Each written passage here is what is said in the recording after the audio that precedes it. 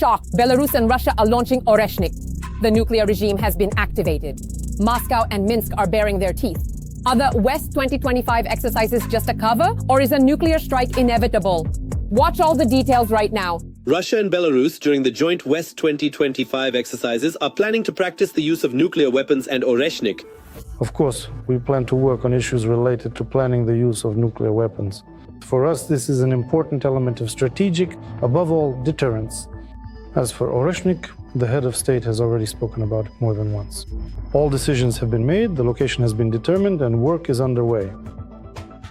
Well, of course, as part of our West exercise, together with our Russian colleagues, we will also work on planning the use of this type of weapon. That's an interesting statement, considering that just a month ago, both Putin and Lukashenko said that the first Oreshnik installation might only appear in Belarus at the end of the year. The first thing I want to say in this regard is that we have produced the first serially manufactured Oreshnik system, the first serial missile. Yes, and it has been delivered to the troops. Now the production line is up and running.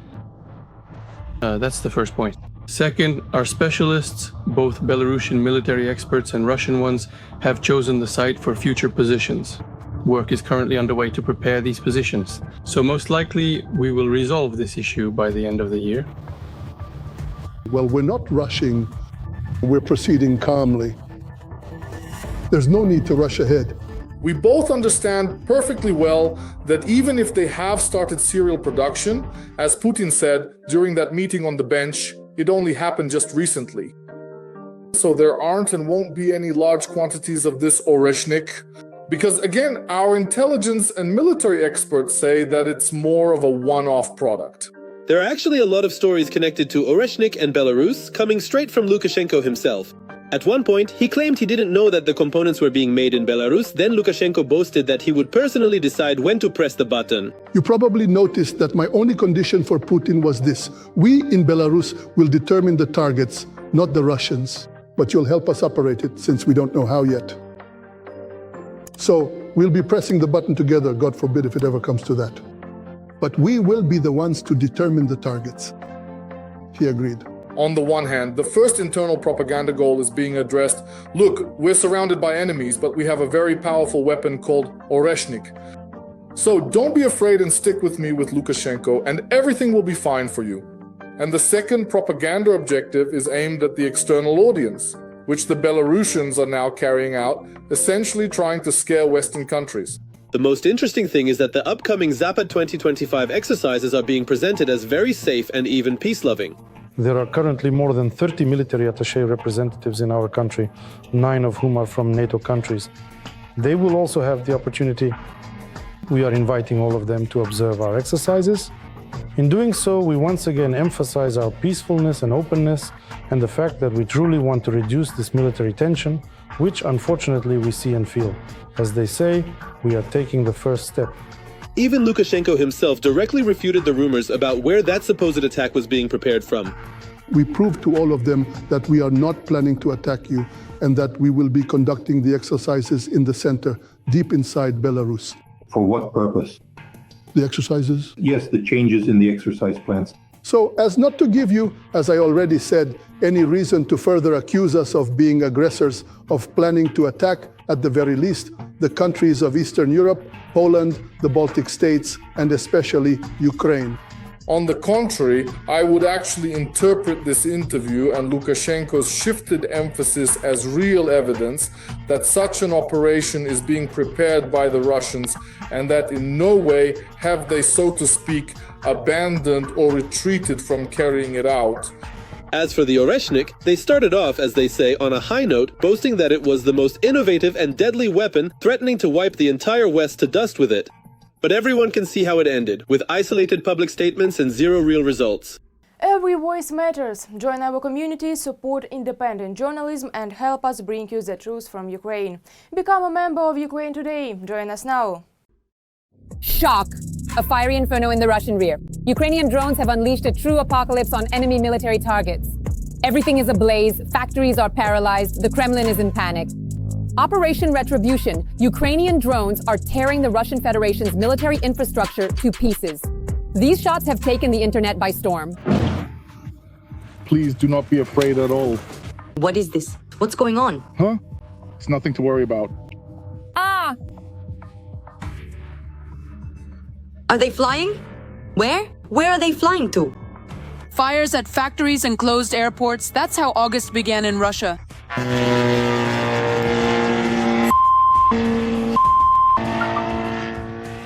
Intensity and effectiveness. Every day, Ukrainian forces strike Russian military targets or defense industry enterprises and report successful attacks on unique defense plants in Russia. These attacks have exposed problems within the Russian Federation's military-industrial complex and caused panic among Russians. I'm losing it, man. My health is shot. What should I do? Let justice prevail! Oh, Lord, we need to get out of here! Thanks to the Ukrainian Defense Forces, the only Russian plant producing helium for rockets in Orenburg was hit. Local residents reported a series of explosions. The M5 highway was blocked. The Orenburg helium plant processes up to 15 billion cubic meters of gas per year and produces helium, which is critically important for rocket engineering as well as the space and aviation industries. Helium plays a key role in rocket launches. This plant is a vital facility for the Russian military-industrial complex directly involved in the aggression against Ukraine. In Yaroslavl, a major fire mysteriously broke out in the building of a paint and coatings company that produces materials for Russia's military-industrial complex. Another strategically important enterprise was attacked in Tatarstan. The distance from the state border with Ukraine is more than 1,000 kilometers. Damn! Oh, damn!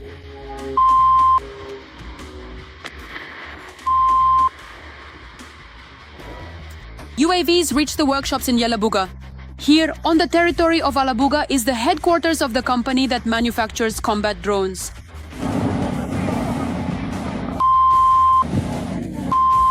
In 2024, the plant significantly expanded the production of Iranian-designed strike and reconnaissance drones, using Chinese components and recruiting Russian teenagers for work.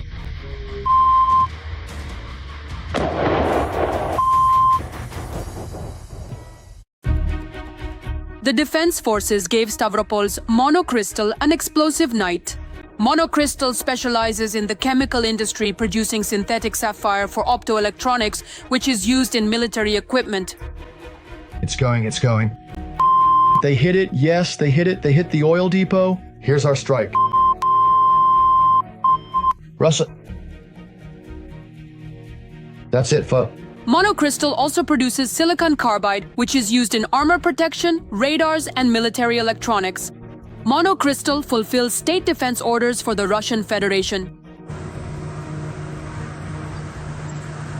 Eyewitnesses recorded smoke on the factory grounds. The official authorities confirmed the drone threat, but did not provide information about damage to the plant. It's flying! It's flying!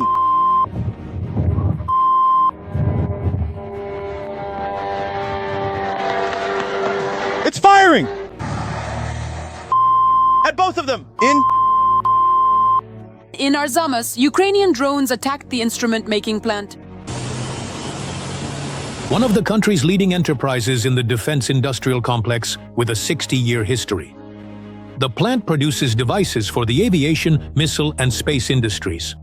The Arzamas plant produces gyroscopic instruments, control systems, onboard computers, as well as key components for the Kh-32 and K-101 cruise missiles. In 2020, the plant was awarded the National Golden Idea Prize in the field of military technical cooperation. The plant is under sanctions from the US and the European Union.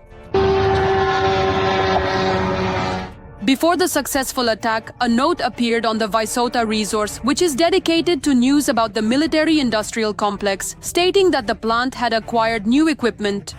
Now, the press service of the Arzamas instrument building plant is sending out letters in public forums demanding that no one write about the attack, even threatening consequences. Russian defense industry enterprises working for the war against Ukraine are absolutely legitimate military targets. Successful attacks by Ukrainian forces help reduce the military capabilities of the aggressor country's army. The work to demilitarize facilities that produce weapons for terrorizing peaceful Ukrainian cities continues and is becoming increasingly intense.